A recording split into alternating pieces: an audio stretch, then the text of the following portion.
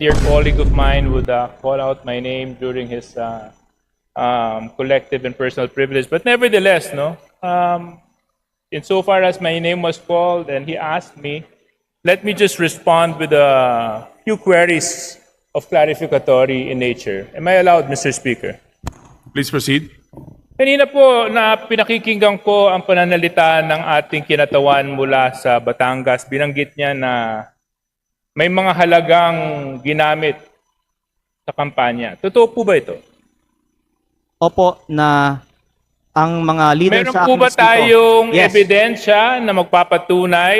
Meron po bang dokumento? Meron po ba tayong hawak na anumang sinumpang salaysay na magsasabi na ganito nga po talaga ang nangyari? Unang-una po, Or tayo po ba ay bumabase lamang sa mga haka-haka at kwento at text at mga Facebook messages? ilang sagot po. Unang-una, sa campaign sorties, nakikita natin na may gastos. At ang punto ko ay tila si Kong Garjola ay may ginastos para sa campaign sorties ng Vilma at Lucky sa Batangas. Pangalawa, ang leaders ko sa Batangas, ayon sa aking isinalaysay, ay nakatanggap ng pera galing kay Congressman Garjola at ito po ay para ikampanya ang Vilma at Lucky pero galing kay Congressman Garjola. At pangatlo, magpatawag na lang tayo ng pagdinig sa Kongreso para ang mga ibang mga politiko sa Batangas at hindi ako ang pwedeng tumistigo tungkol dito. Mr. Speaker, tayo po ay nahalal bago 2025. Taon po ngayon ay 2026. Kung talaga pong may mga ganong nangyari na maanomalya o questions of irregularities during the campaign, were the proper cases filed in COMELEC? Were ethics complaint filed in Congress? Why are we now standing here insinuating all sorts of illegal acts that happened in 2025 when so much time has passed? Unang-una Now I po, question, Mr. Speaker, the timing of all of this. Now I even find it a little bit offensive na pati ako babanggitin. But I'll tell you one thing, Congressman Leviste, ayos kami sa Quezon, wala kaming problema doon. ang sinasabi in fact, ko kami mas nagkakasundo mababa at ang gastusin sa nagkakaisa. Quezon. Walang kalaban ka naman sa nakarang eleksyon di ba? Congressman Leviste, Mr. Speaker, I'm sorry. I'm supposed to be respecting Please our rules. address the Mr. Speaker, unfortunately, I do not abide by comments of the good congressman from Batangas. I think it's totally uncalled for and baseless. And in fact, it's downright hearsay for him to make such allegations. And if indeed he has factual basis in anything and everything that he is saying, there were proper forums to do the same, to act on those allegations, to make the necessary complaints. Why now? Why here? Mr. Speaker. First of all, I would like to manifest that I appreciate the help that Deputy Speaker Suarez has extended to me in my first term as a advisor and mentor. And I did not mean any disrespect earlier by mentioning that. My point was that mas mababa ang gastusin sa Quezon at Batangas at sa Calabarzon kumpara sa ibang mga rehiyon. Pero ang punto ko ay hindi ang ginagastos sa election kung hindi ang pinanggagalingan ng gastos na ito.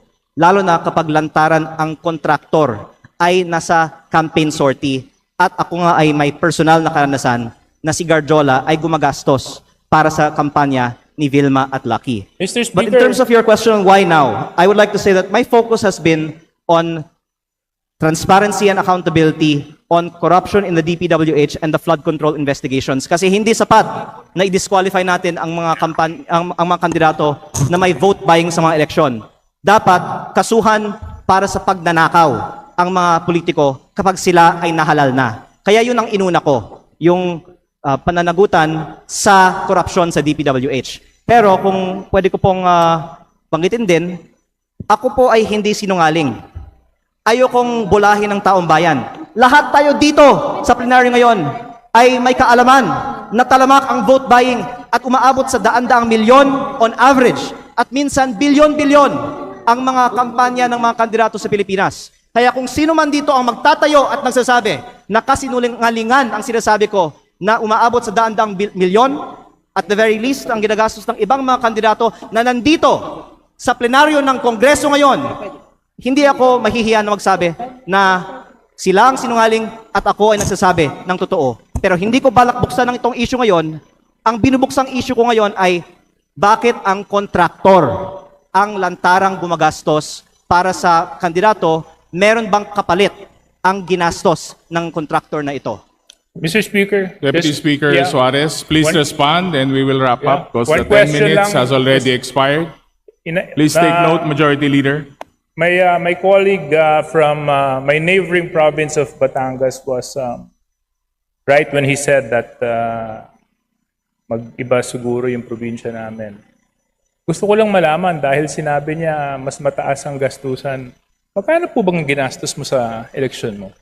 Actually, nasa Facebook po, namimigay ako ng libreng school supplies, ng libreng bigas pag may kalamidad, ng Christmas package, lahat po yan, personal ko pong gastos pag walang eleksyon. Magkano po? Nasa Facebook po, lahat ng ginastos ko at inanunsyo ko naman na ako po ay nag-donate sa aking foundation ng 6 billion pesos para sa mga estudyante at mga typhoon victims. Para Ako lang po maintindihan ko, Mr. Speaker, kasi, di ba, sabi... Ako po ay hindi Magkano ba sisinungaling. nagastos nyo? Dahil sinabi ko nga, sinagot ko na, ako ay may foundation na nag-donate ng... Ako ay may... So yung foundation niyo yung gumastos sa kampanya ninyo na 6 na bilyon? Tama po ba yun? Hindi po. Ang sinasabi ko, ako ay may foundation na nagbibigay ng school supplies at bigas at relief So yung goods. foundation po niyon ay yun ang nagamit na Hindi yan ang paraan ginastos ko sa kampanya. Kasi patuloy akong namimigay pa ng tulong After the sa aking campaign. distrito. Opo. Pero kaya ako po binubuksan ito ngayon kasi wala akong itinatago. Naka-post sa Facebook yung mga ipinamimigay ko kasi yan ay hindi kapalit ng boto. At ayoko na magkukunwari tayo dito bago ko pa papangalanan ng ibang mga nakatayo sa Kongreso ngayon na balita ko ay may mataas na presyo ng bilihan sa kanilang mga eleksyon na itanggi natin dito na talamak ang vote buying at mataas na spending sa mga kampanya sa Pilipinas. Ang pinupunto ko lang po ngayon ay sa mga nakalap kong impormasyon, si Garjola ang gumastos para sa mga rekto sa Batangas. Please wrap up, honorable members. Yeah, I'm Final just... response. Yeah, Mr. Speaker, thank you very much for the time. Medyo nalito lang ako. Parang ang dami na natin pinuntahan na topic, from vote buying to business associates, to May also oras to naman tayo. partnerships, and to... Mr. Speaker, can we have like 2 hours for this interpellation? My point is, Mr. Speaker, is there was a proper venue, there was a proper opportunity to take the legal recourse to address whatever concerns and allegations the good congressman. We had all of this. And I hope that we avoid grandstanding and taking opportunity of the podium and the bright lights of Congress to set aside our political interests and use the proper forum so that in such a way we can live by the rule of law and abide by the rules of Congress. Thank you very much, Mr. Speaker. Majority Leader. Mr. Speaker, would may like to I recognize continue my Congressman time? Terry Don of Bicol Sarok. Yeah. Before Mr. we Speaker, point of order. I finish believe this, I'm still since the time is interpolating. expired, the Honorable Ridon is given a few minutes. Please